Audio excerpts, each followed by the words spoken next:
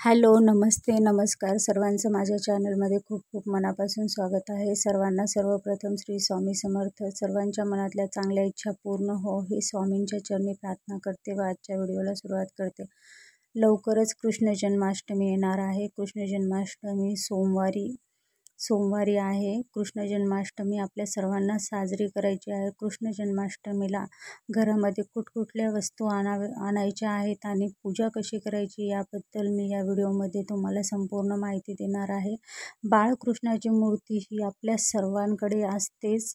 सर्वांच्या घरामध्ये बाळकृष्णाची मूर्ती ही असतेच. कारण नाही का, आपल्या हिंदू धर्मामध्ये अशी प्रथा आहे की जेव्हा आपण मुलीचं कन्यादान करतात तेव्हा लग्नामध्ये तिला बाळकृष्णाची मूर्ती आणि गणपतीची मूर्ती ही दान केली जाते कन्यादानामध्ये. त्यामुळे बाळकृष्णाची मूर्ती हे कुणाकडे असणार नाही असं एकही घर नाही. प्रत्येकाकडे बाळकृष्णांची मूर्ती असते. तर आपल्याला कृष्ण जन्माष्टमी साजरी करायची आहे. कृष्ण जन्माष्टमीला आपल्याकडे कोणकोणत्या वस्तू असल्या पाहिजे याबद्दल मी सांगते की आपल्याकडे मोरपीस, जर तुमच्याकडे मोरपीस नसतील तर तुम्ही या कृष्ण जन्माष्टमीला मोरपीस खरेदी करून आणा. मोरपीस घरामध्ये असणं फार शुभ असते. मोरपिसामुळे घरामध्ये कुठलीही नकारात्मक ऊर्जा येत नाही. नकारात्मक ऊर्जा घरापासून दूर राहते. मोरपीस घरात मुख्य दरवाजावर 3 मोरपीस लावायला पाहिजे, ज्यामुळे की घरामध्ये कुठल्याही प्रकारची निगेटिव्हिटी येत नाही आणि आर्थिक सुखसमृद्धी राहते. जर घरामध्ये नवरा बायकोचे भांडण होत असतील, क्लेश असेल, भांडणे असतील, पटत नसेल तर बेडरूममध्ये जी दक्षिण दिशेची भिंत असते त्या भिंतीवर 2 मोरपीस क्रॉसमध्ये लावले पाहिजेत. मोरपीस हे घरामध्ये असलेच पाहिजेत आणि या जन्माष्टमीला तुम्ही नक्की मोरपीस खरेदी करून आणा. आणखीन एक वस्तू आहे, पाळणा पण घरामध्ये असलाच पाहिजे. पाळण्याशिवाय सुद्धा आपण कृष्ण जन्माष्टमी साजरी करू शकत नाही. पण पाळणा हा प्रत्येक घरामध्ये असलंच पाहिजे. तुम्हाला जर संतान प्राप्ती होत नसेल, तुमचे रिपोर्ट्स वगैरे सगळे नॉर्मल असतील तरीसुद्धा तुम्हाला मूलबाळ राहत नसेल तर तुम्ही बाळकृष्णांची सेवा केली पाहिजे आणि घरामध्ये पाळणा हा नेहमी ठेवलाच पाहिजे. मग पाळणा तो लाकडी असू शकतो किंवा स्टीलचा, चांदीचा, पितळाचा, जसा तुम्हाला योग्य वाटेल तसं तुम्ही पाळणा खरेदी करून घरी आणू शकता. या 2 गोष्टी तर कृष्ण जन्माष्टमीसाठी घरामध्ये पाहिजेच. आणि त्याच्यानंतर तुम्ही बाळकृष्णांचे छोटेसे कपडे, त्यांचं मुकुट, बासुरी या सर्व गोष्टी पण तुम्हाला कृष्ण जन्माष्टमीच्या अगोदरच खरेदी करून आणायच्या आहेत.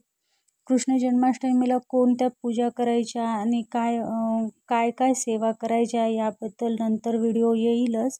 या व्हिडिओमध्ये फक्त मी तुम्हाला या 2 गोष्टींसाठी व्हिडिओ बनवला आहे की जेणेकरून या 2 गोष्टी जर तुमच्याकडे नसतील तर तुम्ही या खरेदी करून आणू शकता. बाळकृष्णांची मूर्ती, दुसरं मोरपीस आणि बाळकृष्णांना लागणारे जे साहित्य आहे, जे सामग्री आहे ती, यासाठी हा व्हिडिओ मी बनवला होता. जे पण मोरपीस असतात ना, ते मोरपिसामध्ये जो डोळ्यांचा आकाराचा जो चिन्ह असतो ना, ज्याच्यामध्ये कलर असतात, तो हे ना घरामधली सर्व नकारात्मकता ओढून घेतो. त्याच्यामध्ये पूर्ण नकारात्मकता दूर करण्याची शक्ती असते. मोरपिसाने ना, मुलं जर घरामध्ये चिडचिड करत असतील, लहान मूल असेल, त्यांना नजर दोष बाधा वगैरे होत असेल तर त्यांची नजरही मोरपिसाने काढली जाते. घरामध्ये पण कुठली पण नजर दोष आणि बाधा होत नाही मोरपीस घरामध्ये असल्यामुळे. आणि एक तर घरामध्ये ना, ज्या भिंतीवर आपण मोरपीस लावतो ना त्या भिंतीवर पाल पण येत नाही. मोरपिसांजवळ पाल पण फिरत नाही. त्यामुळे मोरपीस हे घरामध्ये असलीच पाहिजे.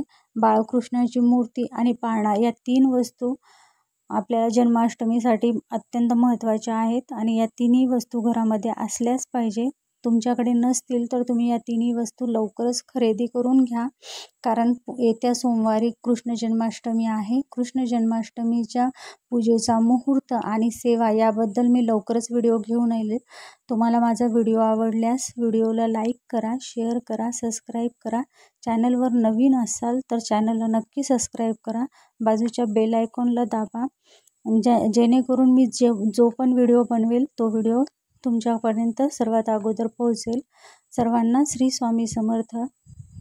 व्हिडिओ पाहिल्याबद्दल धन्यवाद.